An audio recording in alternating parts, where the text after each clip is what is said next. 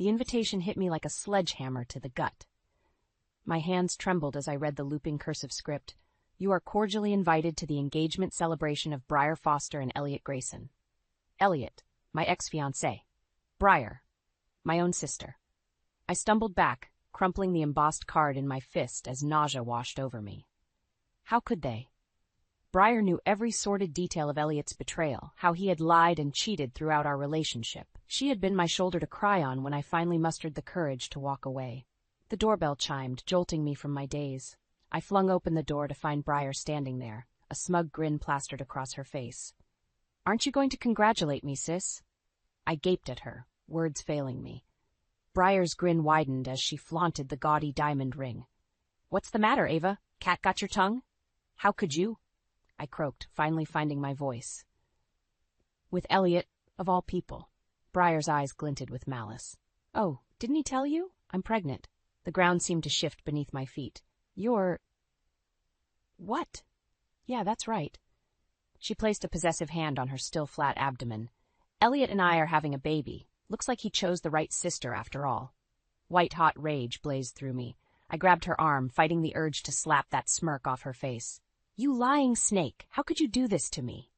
Briar wrenched free, her expression twisting into a sneer. Maybe if you weren't such an uptight prude, Elliot wouldn't have needed to look elsewhere. The venom in her words stung like 1,000 bee stings. I can't believe you, I spat. After everything he put me through, how he lied and cheated and manipulated me. Oh, get over yourself, Ava. Briar rolled her eyes. Elliot never loved you. He was just biding his time until someone better came along. Her words lanced through my heart like shards of glass. I recoiled, gasping for air as searing pain ripped through my chest. Briar sneered, reveling in my anguish.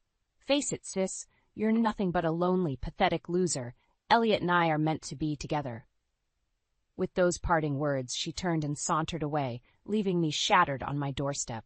I collapsed to the ground, hot tears streaking down my cheeks as the weight of her cruelty crushed me. How could my own sister betray me like this? And with the man who had already shredded my heart to ribbons? Elliot's duplicity was like a festering wound, one I thought I had finally closed. But Briar had ripped it wide open, pouring salt into the raw, aching depths with her callous revelations.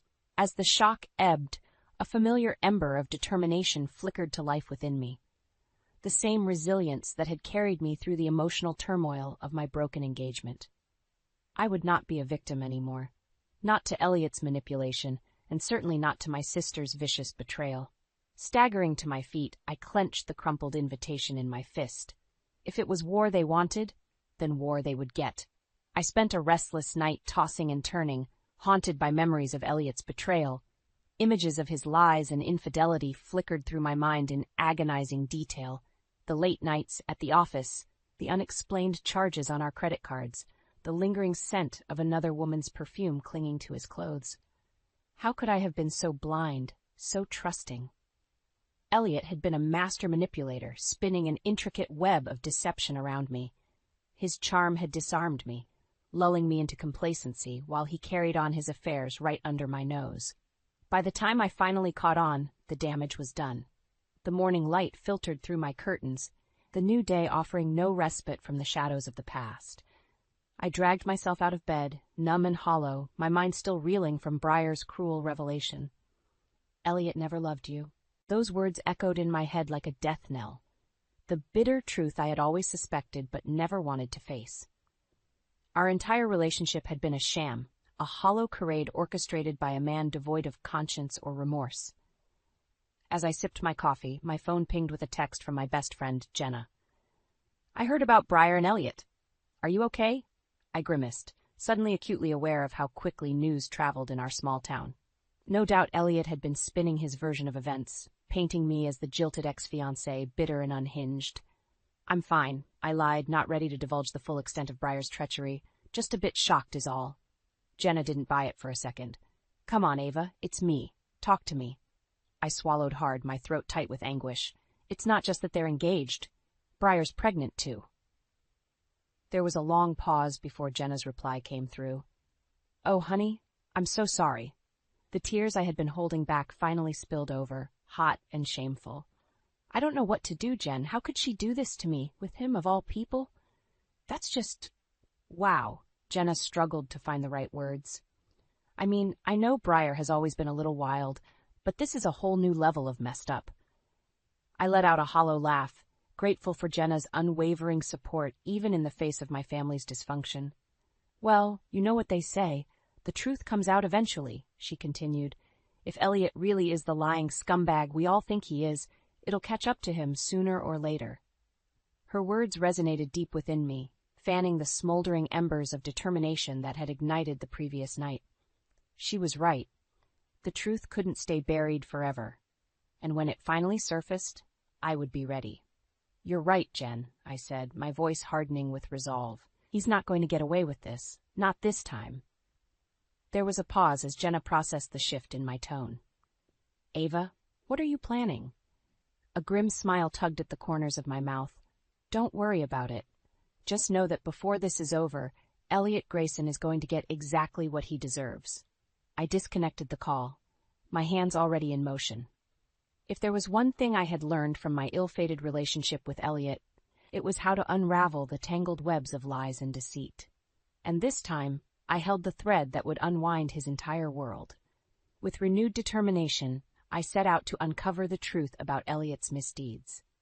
If he thought he could waltz back into my life and trample all over me again, he had another thing coming. My first stop was the county clerk's office to request copies of Elliot's real estate records.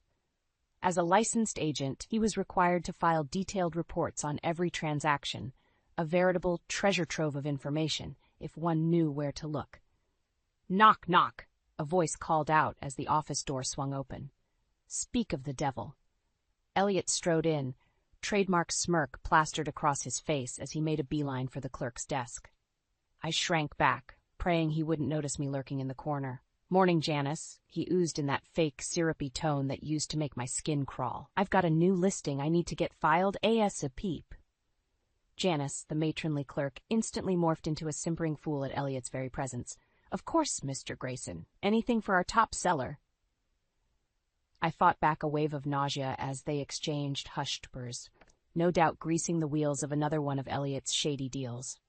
This was the same man who had sworn eternal love and fidelity to me, with that same honeyed tongue now spewing lies and empty flattery. As if sensing my eyes boring into him, Elliot glanced up and froze. Our gazes locked, and I saw the briefest flicker of panic in those cold serpentine eyes before his expression settled into its usual arrogant mask. Well, he slithered toward me, that infuriating smirk back in place. If it isn't my favorite ex-fiancé, to what do I owe this pleasure, Avalon? I opened my mouth to respond, but he barreled on, not giving me a chance to speak. No, wait, let me guess. You're here to dig up dirt on me, aren't you? He skeeved, shaking his head in mock disappointment. Still can't get over the fact that I chose your sister over you? Face it, babe. Briar's younger, hotter, and not quite as uptight as you. White-hot fury lanced through me at his callous words. Before I could stop myself, my hand flew up, cracking across his smug face in a resounding slap. Elliot recoiled, clutching his reddened cheek as shock and rage warred on his features. You crazy... Save it, I spat, cutting off whatever vile insult was about to tumble from his forked tongue. I know exactly what you are, Elliot. A lying, manipulative snake. And I'm going to make sure everyone else knows it, too. Something dark flickered in his eyes, a brief glimpse of the monster lurking beneath that polished facade.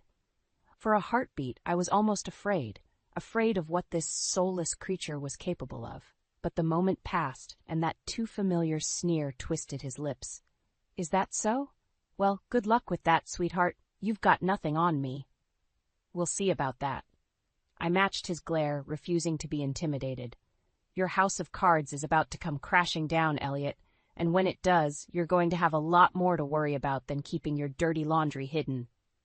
With that parting shot, I whirled on my heel and stormed out, the thrill of battle singing through my veins. Let the games begin. In the days following my confrontation with Elliot at the clerk's office, I pored over the records I had requested, meticulously cataloging every shady deal, every suspicious transaction.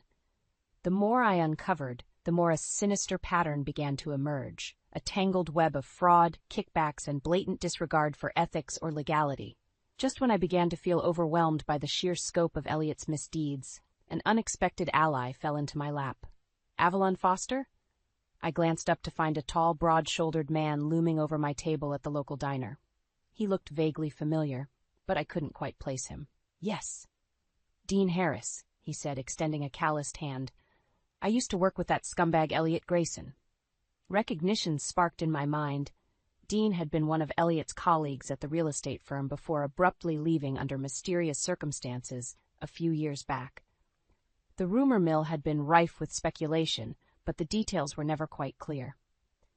I couldn't help but overhear your conversation the other day at the clerk's office, Dean continued, sliding into the booth across from me.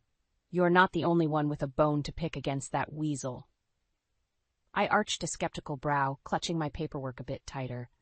For all I knew, this guy could just be another one of Elliot's goons, trying to throw me off the trail. As if reading my thoughts, Dean's expression softened. Look, I know we don't know each other, but I was where you are now a few years ago, digging into the sleazebag's business dealings, trying to find proof of all the shady crap he was pulling behind the scenes. He leaned forward, his gaze intense. Only difference is, Elliot caught wind of what I was up to and made sure to bury me before I could take him down with me. The bitterness in his voice resonated deep within me, the righteous fury of someone who had been grievously wronged, much like myself. Why should I trust you? I challenged. For all I know, you could just be looking to cash in on whatever I uncover. Dean's jaw tightened, and for a moment I thought I might have pushed him too far. But then that hard edge in his expression softened into something akin to regret. Because I know what it's like to have that snake turn his venom on you, he said quietly. To have your life, your career, your reputation ripped out from under you while he slithers away unscathed, laughing at the rubble he left behind. His words struck a chord, dredging up the all-too-familiar anguish of Elliot's betrayal. The lies, the gaslighting, the sick feeling of being made to doubt my own reality. It was all there in Dean's haunted gaze. This man understood my pain on a primal level, and in that moment I knew he was telling the truth. Decision made, I slid the stack of paperwork across the table toward him. Take a look at this and tell me what you think.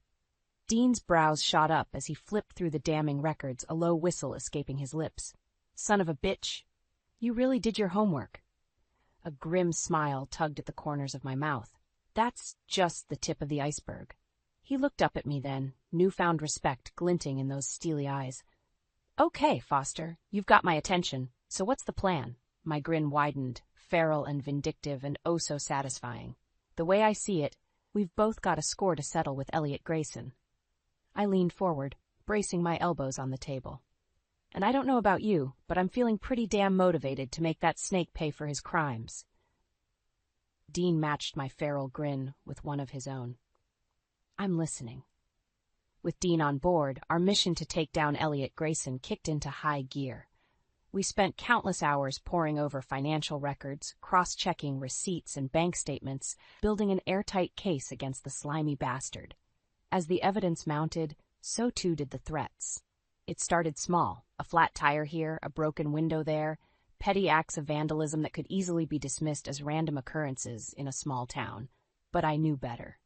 This is just his way of trying to rattle us, Dean growled one evening as we surveyed the latest round of damage to his truck.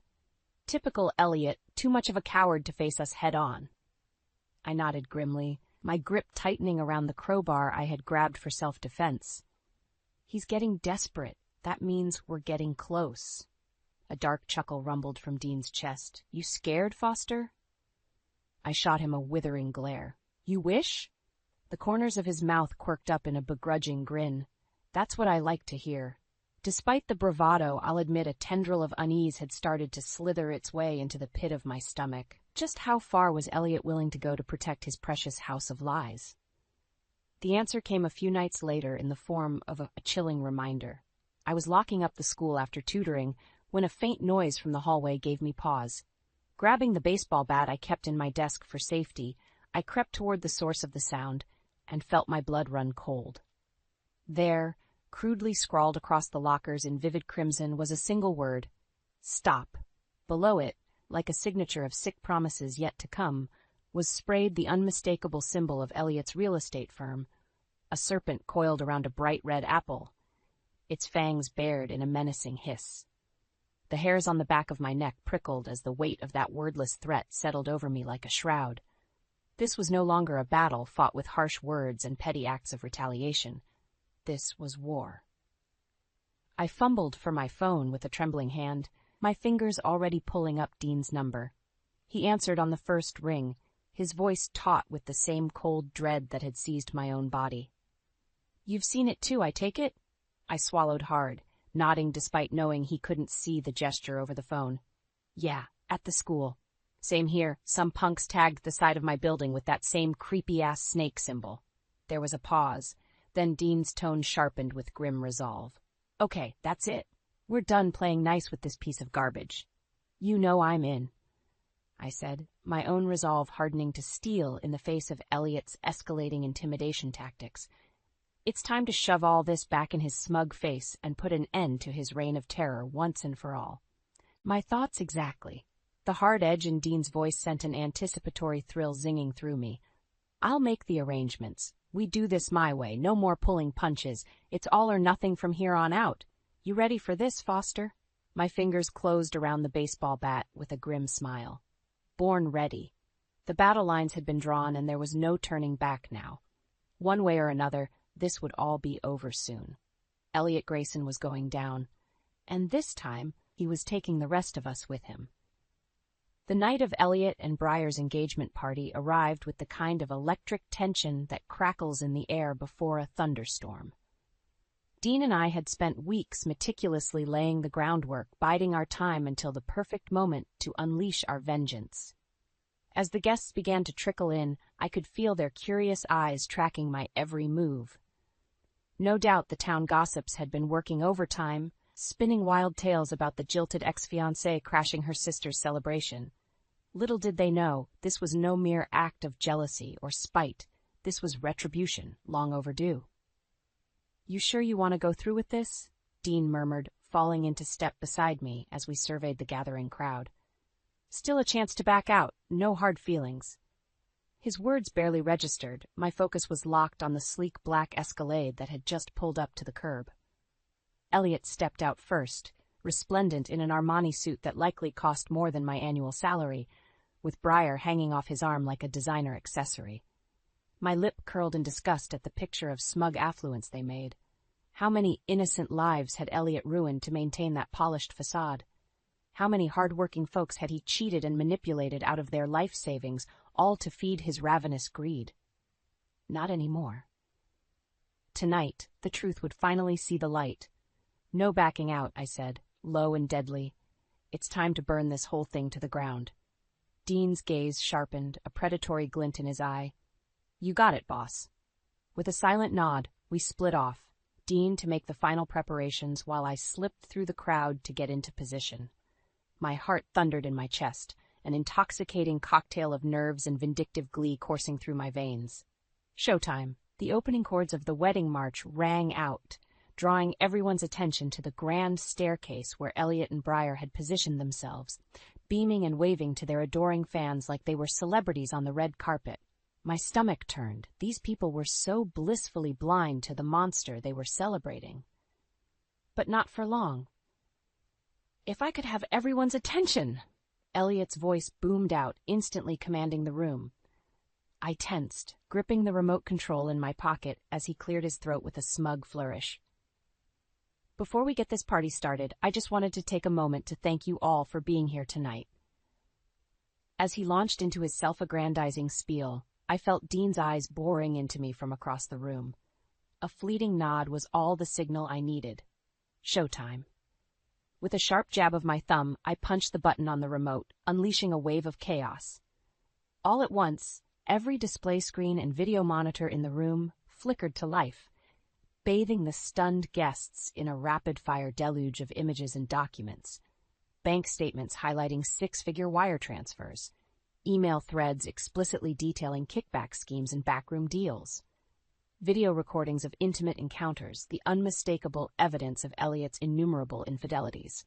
And hovering above it all, a damning slideshow of real estate records meticulously cataloging every fraudulent transaction, every illegally skimmed commission, every money laundering scheme Elliot had so carefully buried over the years. The silence was deafening as the horrified partygoers processed the mountain of incriminating evidence laid bare before them. And then, like a tidal wave, the screaming began. "What is this? Oh my God! You lying son of a bitch!" Elliot and Briar stood frozen in terror. All the color drained from their faces as the world they'd so carefully constructed came crashing down in brilliant high definition around them. In that moment, time itself seemed to grind to a halt as every soul in that room turned to me. I could pinpoint the exact second when Elliot's eyes met mine. Could see the pure, unbridled hatred blazing in those serpentine depths as the horrible truth crystallized. I had won. With a feral smile, I raised my champagne glass in a mocking toast to the disgraced couple. "To the happy couple," I purred, reveling in Elliot's impotent rage. "May your love burn as bright as the trail of lies you left in your wake." The aftermath of our grand exposure played out like a waking nightmare for Elliot and Briar Grayson. As the disbelieving partygoers fled the scene in droves, the authorities swept in to arrest Elliot on a dizzying array of charges: fraud, money laundering, tax evasion. The list went on and on. By the end of the night, the so-called golden boy of our town's real estate scene found himself in handcuffs, hauled off to a cell to await his fate. Briar, poor deluded Briar, could only watch in stunned horror as the life she thought she knew imploded around her. The whispers and stares followed her every move as the ugly truth about her fiancé's misdeeds made its rounds. For my part, I felt oddly empty. The sweet taste of long-awaited vengeance had quickly soured, leaving behind a hollowness I couldn't quite explain. Was this really what I had fought so hard for? This emptiness? It wasn't until a few days later, as I sat grading papers in my empty classroom, that the answer came striding through the door. "You must be pretty proud of yourself." I glanced up to find Briar looming over me, her face pale and drawn. She looked like a ghost of the vivacious young woman I had once known, haunted, shattered by the devastating turn her life had taken. Part of me wanted to feel sorry for her, but the memory of her cruel words, her callous betrayal, quickly smothered any flickers of sympathy. "I did what I had to do," I said, keeping my tone carefully neutral. Elliot got exactly what was coming to him. Briar's eyes flashed with impotent anger. "You ruined everything, our whole lives, just destroyed, because you couldn't let go of some petty jealousy." My grip tightened on my pen as that all-too-familiar spark of fury ignited within me. "Petty jealousy? Are you kidding me right now?" I shot to my feet, slamming my palms on the desk as I glared at my so-called sister. That man was a lying, manipulative monster who destroyed people's lives without a second thought. He cheated on me, he sabotaged Dean's career, and who knows how many other innocent people he screwed over to feed his greed. Briar opened her mouth, but I wasn't finished. "And you," I jabbed an accusing finger at her. "My own sister, someone I thought I could trust. You let that snake slither into your life and poison your mind against me. He played you for a fool, Briar, just like he played all of us." Her bottom lip trembled, the fight visibly draining from her as the weight of my words hit home. For the briefest moment, I thought I saw a glimmer of the old Briar resurfacing, a fleeting glimpse of the kind, loving sister I had once known. But it was gone in an instant, replaced by the same hollow emptiness reflected in her sunken eyes. "You're right," she whispered, her voice cracking with a pain so profound it lanced straight through my heart. I was a fool. Worse than that, I was just as bad as him in the end. I opened my mouth to respond, to offer some measure of comfort or absolution, but Briar had already turned away, shoulders slumped in defeat as she trudged from the room. And just like that, the fire that had sustained me through this long, bitter ordeal flickered and died, leaving behind a hollow husk of ashes and regret. In the weeks following Elliot's spectacular downfall, a strange sense of normalcy began to settle over my life once again. The whispers and pointed stares gradually faded, replaced by a newfound respect from those who had once doubted me. It seemed the entire town had gotten a harsh wake-up call about the true cost of turning a blind eye to injustice. They had seen firsthand how one man's unchecked greed and depravity could infect and corrode even the closest of bonds. For the first time in over a year, I could walk down the street without feeling the weight of judgment pressing down on me. Jaded glances had given way to warm smiles and friendly waves, a silent acknowledgement that I had been wronged, and an apology for not believing me sooner. It was a heady, almost dizzying feeling, like a veil had been lifted, and I could finally breathe again, without the specter of Elliot Grayson's lies looming over me. Of course, not everyone in town was quite so forgiving. Just couldn't leave well enough alone, could you? The familiar sneer made the hairs on the back of my neck prickle. I turned to find Briar leaning against the door frame of my classroom, arms crossed over her swollen belly. Her expression was a study in bitter resentment, her pretty features twisted into an all-too-familiar mask of disdain. So much for a fresh start. "What do you want, Briar?" I sighed, already feeling that brief respite of peace slipping away. She trailed off, worrying her lower lip in a rare moment of unguarded vulnerability. When she spoke again, her voice was quieter, stripped of its usual venom. "I wanted to thank you, I guess." I blinked, caught off guard by the unexpected sincerity in her tone. "Thank me? For what?" Briar's gaze slid away, her arms tightening around herself. "For showing me the truth. As much as it hurt, as much as I hate you for destroying my life, you did me a favor by ripping off the blinders, you know?" My brow furrowed, and some long-buried thread of sisterly compassion tugged at my heart. "I didn't want to hurt you, Briar. I just couldn't let him get away with it," she finished with a hollow laugh. "Yeah, I know, self-righteous to the end, right?" The old sting of her bitterness lanced through me, but I forced it down. Getting drawn into another vicious sniping match would only lead us down the same destructive path. Drawing a steadying breath, I met her gaze levelly. "I did what I had to do to stop a predator from hurting more innocent people. The fact that you were one of his victims, too." I trailed off with a helpless shrug. "I never wanted that for you." Briar's defiant mask slipped for just a moment, revealing a glimpse of the lost, wounded young woman beneath.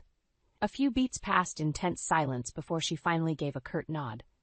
"For what it's worth, I believe you." She hesitated, chewing her lip again. "If you're, looking to make a fresh start or whatever, I could use some help getting back on my feet." Fresh start. The word sparked something warm and tentative in my chest, the faint flicker of hope that had been smothered for far too long. A wry smile tugged at my lips as I regarded my sister, my guilt, and the fractured bond stretching between us. It was more than either of us deserved, perhaps, but it was also a chance, a single, fragile thread to cling to as we each untangled ourselves from the wreckage of our lives. "You know what?" I said, my smile widening into something more genuine. "I think I'd like that." Briar's own lips curved in a tentative mirror of my expression.